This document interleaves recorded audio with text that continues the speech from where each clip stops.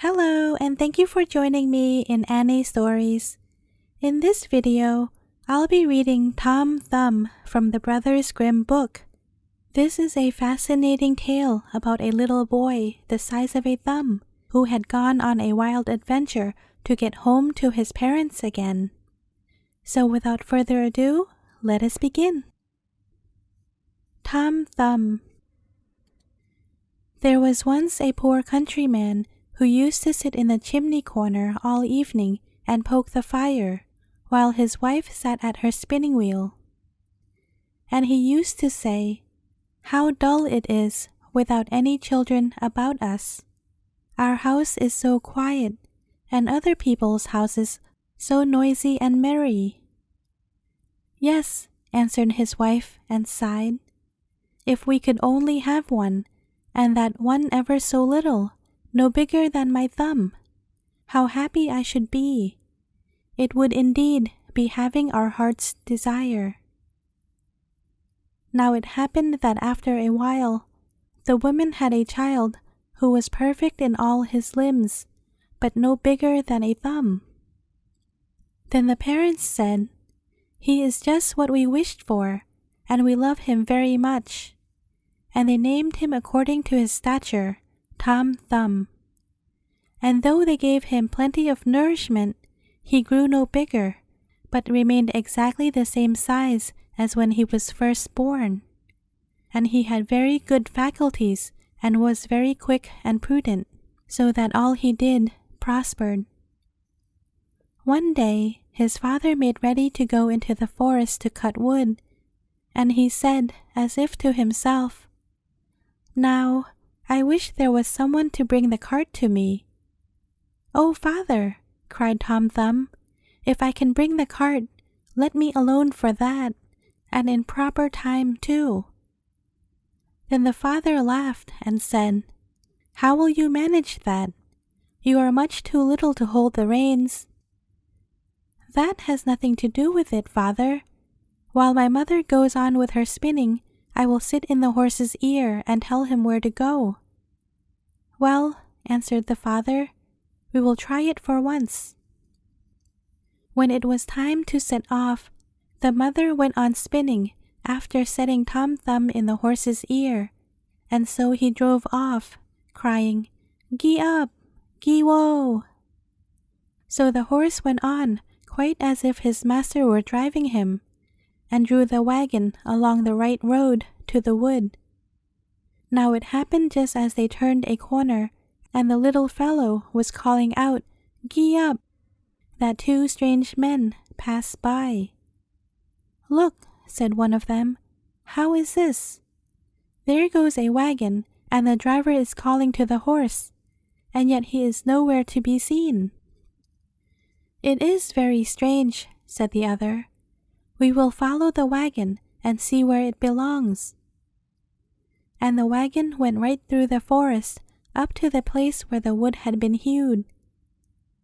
When Tom Thumb caught sight of his father, he cried out, "Look, father, here am I with a wagon.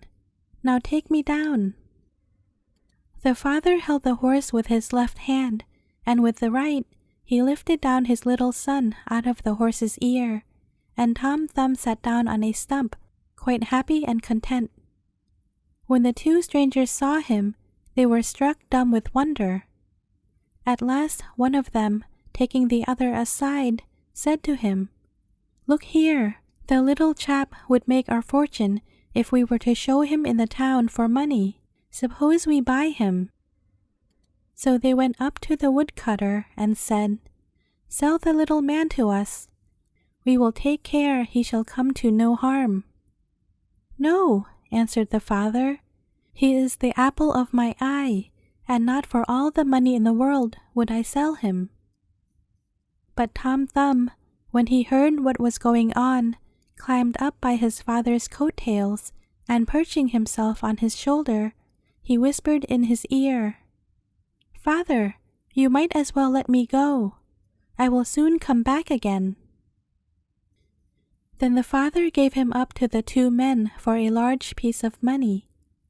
They asked him where he would like to sit. "Oh, "Put me on the brim of your hat," said he. "There I can walk about and view the country and be in no danger of falling off." So they did as he wished, and when Tom Thumb had taken leave of his father, they set off all together. And they traveled on until it grew dusk, and the little fellow asked to be set down a little while for a change. After some difficulty, they consented. So the man took him down from his hat and set him in a field by the roadside, and he ran away directly, and after creeping about among the furrows, he slipped suddenly into a mouse hole, just what he was looking for. "Good evening, my masters. You can go home without me," cried he to them, laughing. They ran up and felt about with their sticks in the mouse hole, but in vain. Tom Thumb crept farther and farther in, and as it was growing dusk, they had to make the best of their way home, full of vexation and with empty purses. When Tom Thumb found they were gone, he crept out of his hiding place underground. "It is dangerous work groping about these holes in the darkness," said he. "I might easily break my neck."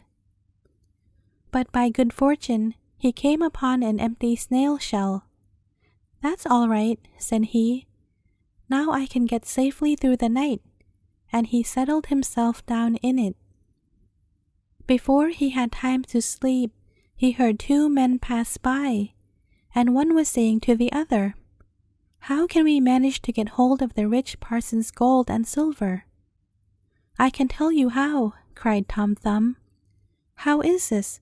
said one of the thieves, quite frightened. "I hear someone speak." So they stood still and listened, and Tom Thumb spoke again. "Take me with you. I will show you how to do it." "Where are you, then?" asked they. "Look about on the ground and notice where the voice comes from," answered he.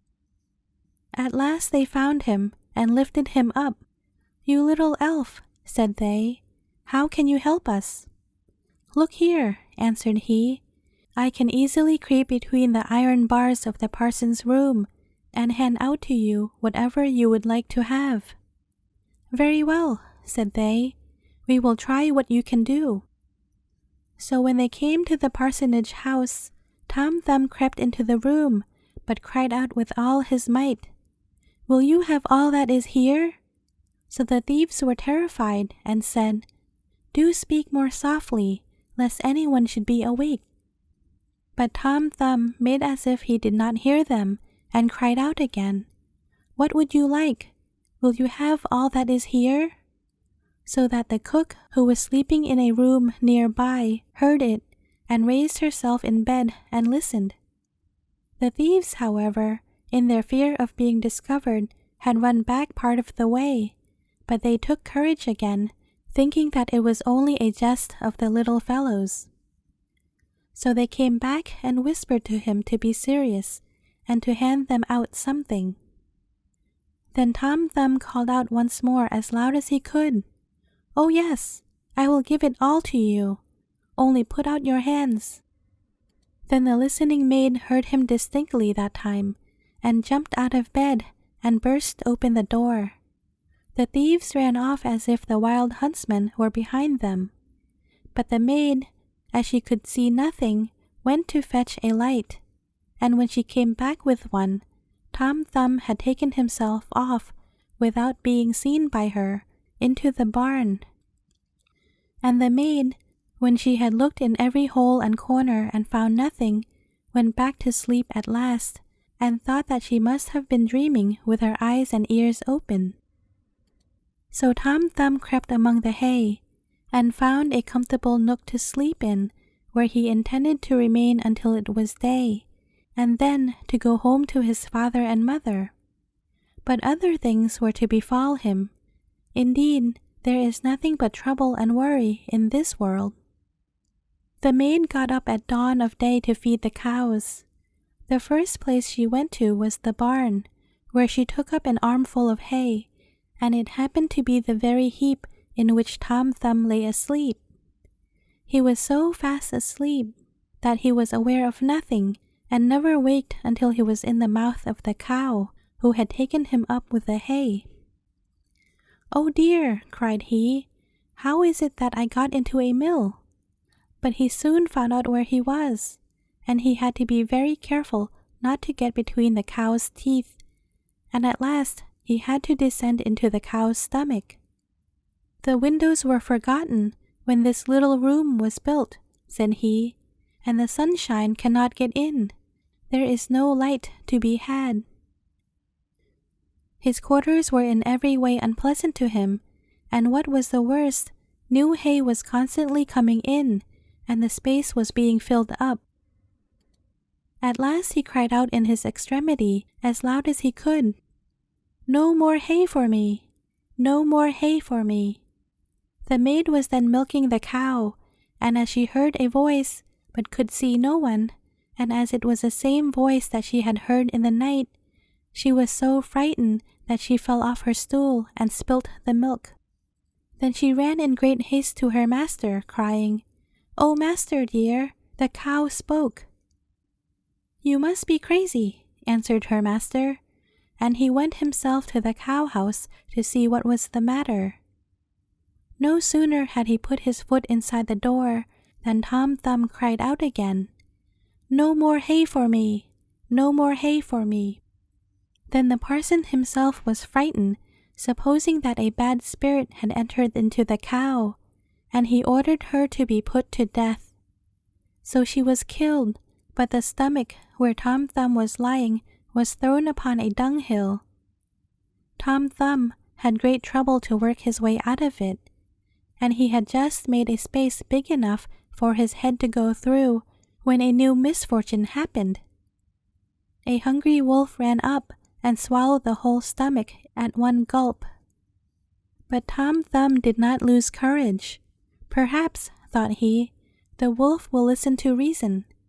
And he cried out from inside the wolf, "My dear wolf, I can tell you where to get a splendid meal." "Where is it to be had?" asked the wolf. "In such and such a house, and you must creep into it through the drain, and there you will find cakes and bacon and broth, as much as you can eat." And he described to him his father's house. The wolf need not be told twice. He squeezed himself through the drain in the night, and feasted in the storeroom to his heart's content. When at last he was satisfied, he wanted to go away again, but he had become so big that to creep the same way back was impossible. This Tom Thumb had reckoned upon, and began to make a terrible din inside the wolf, crying and calling as loud as he could. "Will you be quiet?" said the wolf. "You will wake the folks up." "Look here," cried the little man, "you are very well satisfied, and now I will do something for my own enjoyment." And he began again to make all the noise he could. At last the father and mother were awakened, and they ran to the room door and peeped through the chink, and when they saw a wolf in occupation, they ran and fetched weapons, the man an axe, and the wife a scythe. "Stay behind," said the man, as they entered the room. "When I have given him a blow, and it does not seem to have killed him, then you must cut at him with your scythe." Then Tom Thumb heard his father's voice and cried, "Dear father, I am here in the wolf's inside." Then the father called out, full of joy, "Thank heaven, we have found our dear child," and told his wife to keep the scythe out of the way, lest Tom Thumb should be hurt with it. Then he drew near and struck the wolf such a blow on the head that he fell down dead. And then he fetched a knife and a pair of scissors, slit up the wolf's body, and let out the little fellow. "Oh, what anxiety we have felt about you," said the father. "Yes, father, I have seen a good deal of the world, and I am very glad to breathe fresh air again." "And where have you been all this time?" asked his father. "Oh, I have been in a mouse hole and a snail's shell, in a cow's stomach and a wolf's inside. Now I think I will stay at home." and we will not part with you for all the kingdoms of the world," cried the parents, as they kissed and hugged their dear little Tom Thumb. And they gave him something to eat and drink, and a new suit of clothes, as his old ones were soiled with travel. The end. I hope you enjoyed this story. Again, please consider subscribing to my channel, and do give it a thumbs up if you liked it, or a thumbs down if you didn't. Thank you in advance for all your support.